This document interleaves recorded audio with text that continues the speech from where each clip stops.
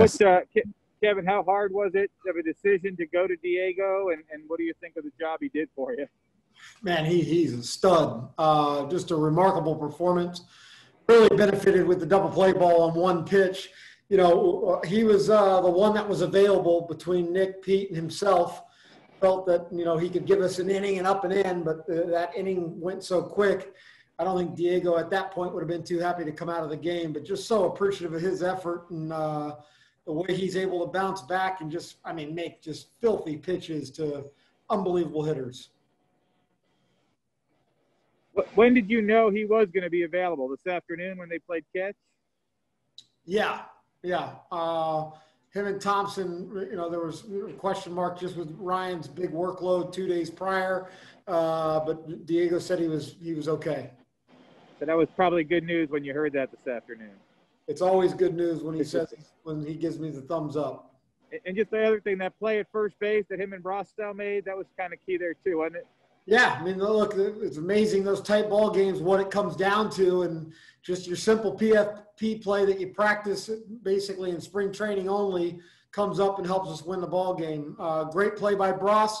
Didn't panic to give him a nice flip with Diego on the run. Diego, though, you know, he's about as athletic as any pitcher that we have. You watch him shag, and he can move and adjust his body pretty good. Hey, Kevin, just how impressive is it that these guys just seem to want the ball? I mean, I know a lot of it depends on how they bounce back, but it seems like all of them just kind of want the opportunity to be in a big spot. Yeah, I mean, it's impressive. That's what you want as a staff. I mean, you certainly don't want the guys down there that don't want the ball. So, we're going to keep hoping they want it. Kevin, and then the decision with Loop there in the eighth was because Brantley and Tucker were kind of looming there. Yeah, you know, when we don't have Nick and Pete, figured, you know, Loopy was fresh, just comes out and first pitch didn't have his bearing straight, and ideally you don't hit the first left-hander you see. You know, he got a big punch out for Bregman right there, and then felt like with the traffic and everything, it was time to get Diego in the game.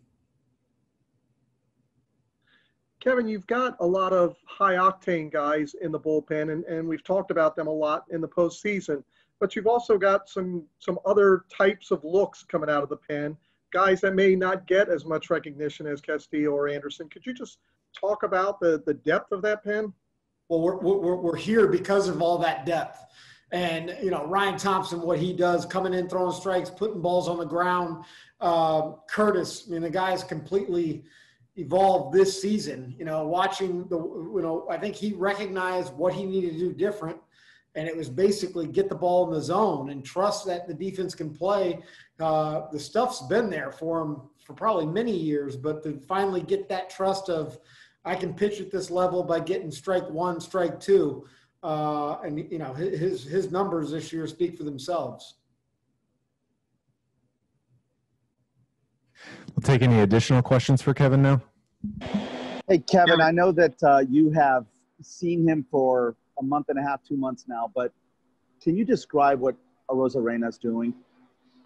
I really can't. I can't describe it. Can you try? I wish I could, and I don't even know if I want to get in the way of it right now. It's pretty remarkable how you know, he doesn't have any familiarity. We talk about that all the time. He doesn't know any of these guys that he's facing.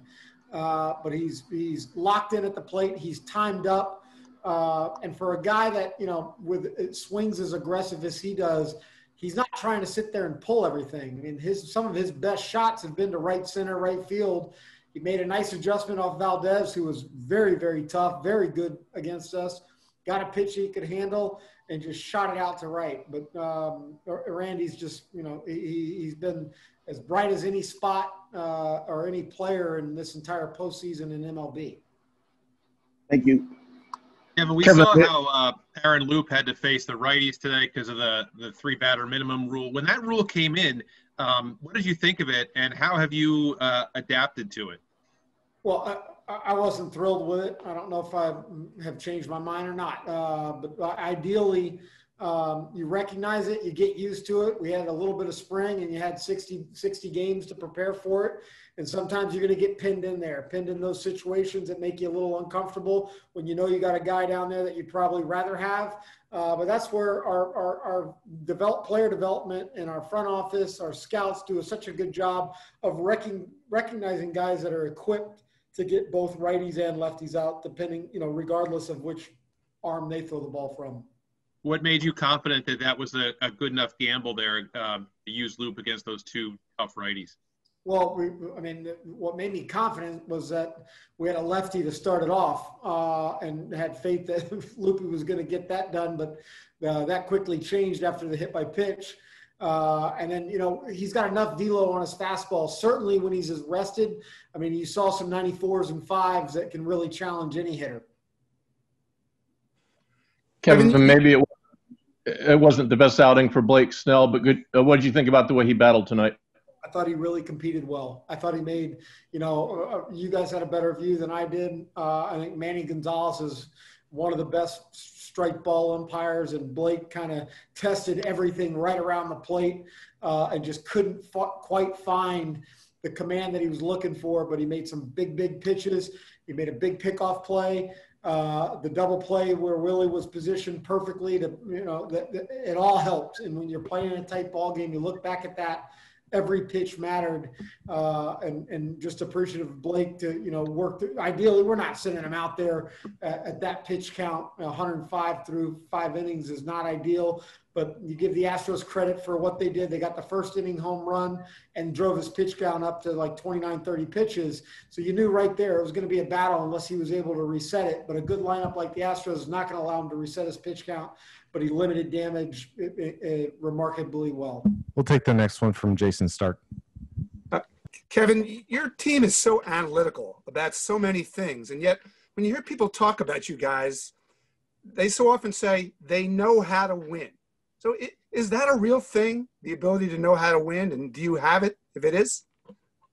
I feel we have it. I think the guys in our clubhouse feel we have it. That knack for, the one thing that you learn with our club over 60 or 162, we're in a lot of tight ball games, and tight ball games are going to teach you you have to teach yourself a little bit how to win those. And that's mistake-free, playing clean, doing things that just don't allow the extra 90 feet or the extra base runner, or, the value of that is just huge. And, the last 2 wins, we've won 2-1.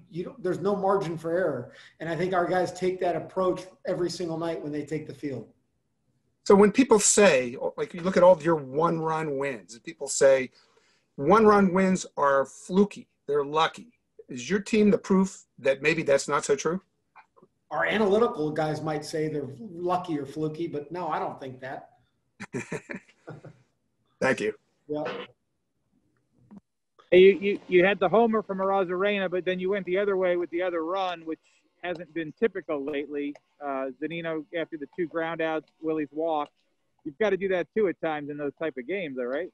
Got to piece it together. The first round of bats, first time through the line with Valdez, from the side, it's frustrating. You appreciate that he's got the kind of a quick arm. We don't have anybody that's faced him really.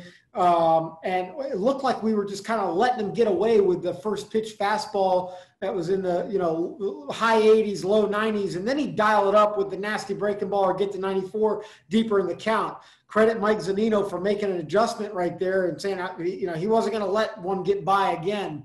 His curveball and his sinker were really, really on tonight. We just didn't find many ways to barrel them up, but Z came up with a huge hit. We'll take one from Tim Brown. Kevin, I was curious, going into this series, and actually even both series, because of the nature of your last series and how deep you had to go and the way you had to pitch Game 5, I was curious if, like, somebody over the next week is going to be chasing liver arms. They're going to be chasing, just innings and pitchers and things like that. And if you're going to look at one team, you're going to go, well, maybe the Rays are a little vulnerable there, but because of how that series went. How much conversation did you have? And was this game reflective of the fact that you were, A, able to hold on to those arms, use those arms and win a game. Yeah, I mean, I think it was. I mean, but saying that, I think that both teams recognize, or certainly our team recognizes, that guys that maybe were not called upon in the 5-game series are now going to be called upon. And we have to, we definitely have the confidence to send them out there. And there was an example of that today with Loopy, with John Curtis. I mean, give John Curtis a lot of credit for, he gave up a grand slam to Stanton. It wasn't a pretty outing in game 1, really separated the game.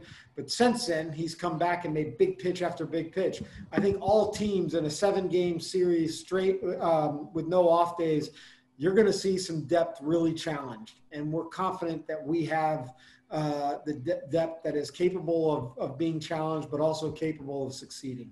All right, we'll take the last one for Kevin from Stephanie Apstein. Go ahead. Lost you.